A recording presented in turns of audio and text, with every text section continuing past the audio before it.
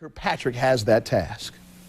There have been nearly as many new Jordan clones as old Jordan championships. Grant, Penny, Jerry, Kobe. And here's the kid to slam it. Whoa! The answer. They all left questions, but the latest lookalike most closely profiles the infant Mike. Tar Heel pedigree, dazzling smile, leaves school early, becomes team go-to guy, resurrects Hoopstead City, jumps over the moon, air to land to high sea, sea as in Carter, Vince Carter. Both of us slashers like to get to the basket and do highlight real dunks or whatever. Vince has exploded on the scene. Michael came a little more quietly, kind of subtly. He had all aspects of what he did later on, but that had to curate, or if that's the word, cure, as a ham would do. As Jordan did do. Carter is curing himself into quite a ham. I know that Michael, meant a lot for the NBA. And I think right now Vince is that same type of commodity. I can see it, but let's not get ridiculous. You're talking about Michael Jordan. The difference in him is that Vince does not have the ball handling ability that MJ had. MJ is often imitated, never duplicated. But you have to say that he's the next thing close to MJ. Nobody remembers Michael Jordan except maybe you and Kevin Lockery in his rookie year and how much he developed during the course of his career. Vince Carter does some things better than Michael did when he first came in the league. Vince Carter can stroke the three-pointer. Michael was a marginal perimeter shooter when he started off. Vince Carter blocks shots, leads his team in block shots, gets 6 rebounds a game, and has electrifying play very similar to Michael Jordan when he takes the ball to the basket. So it's not a comparison that's out of this world, really. There are similarities between the two guys, and you might even say Vince Carter has a little edge on the Michael Jordan who was a rookie. Is there pressure as you grow in stature that every arena you go to, people come out to see Vince Carter?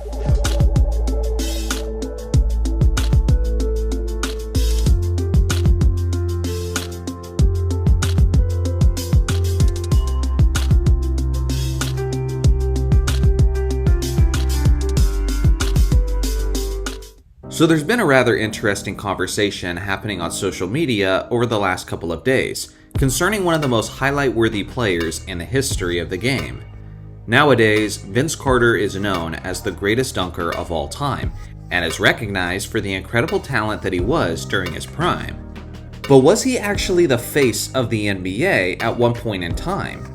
The mere suggestion might sound crazy to some, because although Carter was extremely talented, it's hard for younger fans to envision how he could be that popular and that highly regarded while guys like Kobe Bryant, Shaquille O'Neal, Allen Iverson, and Tim Duncan were in the league simultaneously. Well, the truth is, there's some important context that younger fans are often missing. For one, Vince Carter was drafted the same offseason that Michael Jordan retired from the Chicago Bulls. At that point in time, the league office was deeply concerned about the NBA's life after Michael Jordan. And for good reason. MJ's iconic popularity helped make basketball a global sport. And under MJ's reign, the NBA experienced the greatest television ratings that it's ever had. Because of this, the media was obsessed with the idea of finding the quote, next Michael Jordan. And several players were given that mantle, and some very prematurely. Guys like Harold Miner, Jerry Stackhouse, Grant Hill, and obviously Kobe Bryant were all put under that immense pressure. But even more recently to receive that comparison was half-man, half-amazing Vince Carter. Honestly, unlike some of the others, this comparison made total sense at the time. Like Michael Jordan, Carter was a former North Carolina Tar Heel. He had a remarkable leaping ability and had the perfect combination of skill and athleticism. Now, of course, the NBA isn't just a sport, but it's also a business, and you'd be silly to think that the league doesn't have its own money-making agenda when they decide who to promote. Vince Carter was the perfect candidate for this role, because he had just made his league debut with the Toronto Raptors in 1998, and the Raptors were a new expansion team, who had the responsibility of making the league popular in another country. From that perspective, it made sense for the league to relentlessly promote Carter, because the potential extra revenue was immense, and thus Air Canada was born. Now, Carter had an impressive rookie season that even had some people saying that he was on the level of Michael Jordan in his rookie year. But the hype train truly reached its insane heights during the 1999 to 2000 season. As you all know, Carter put on an absolute show during the All-Star weekend, and then, later on that summer, he led Team USA to the gold medal in the Olympics, while accomplishing the greatest highlight in Olympic basketball history. This was the beginning of Carter leading the NBA in All-Star votes, including 3 straight seasons from 2000 to 2002. That's right, more people wanted Carter in the All-Star game than Allen Iverson and Tim Duncan while they were winning MVPs, and even more so than Kobe Bryant and Shaquille O'Neal while they were winning championships.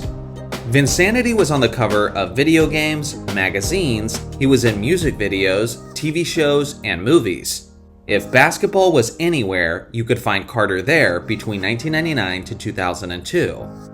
Now, this next personal point might seem a little silly, but I think it appropriately emphasizes how the basketball community viewed Vince Carter at the time. So basically, I've been an avid card collector ever since I was a child, and throughout my years of collecting cards, I've been picking up these Beckett Price Guide magazines, which basically tells you the market value of your cards and the confidence level that investors have in certain players and their potential.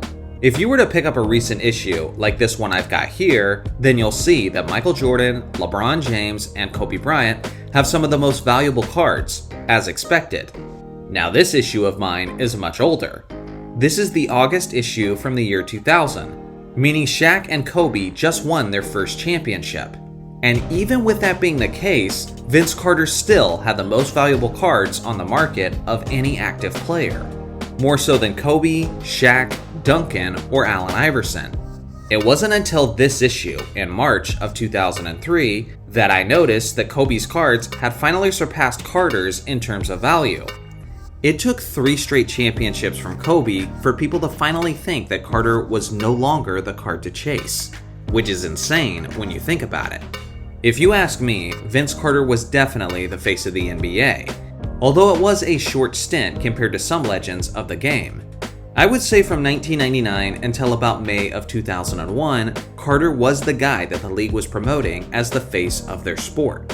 But with his missed shot in Game 7 of the 2001 East semifinals, that's the moment where I believe the momentum shifted, and Allen Iverson became the face of the Eastern Conference, while Shaq and Kobe were becoming the faces of the league as a whole. So what do you guys think? Was Vince Carter ever the face of the league? And do you think that he lived up to the hype that he had in his early career? I look forward to hearing your thoughts in the comment section below. Shout out to the members. I appreciate you guys more than you know. Thanks for watching as always. Make sure to like and subscribe for more basketball content, and I'll see you guys in the next video.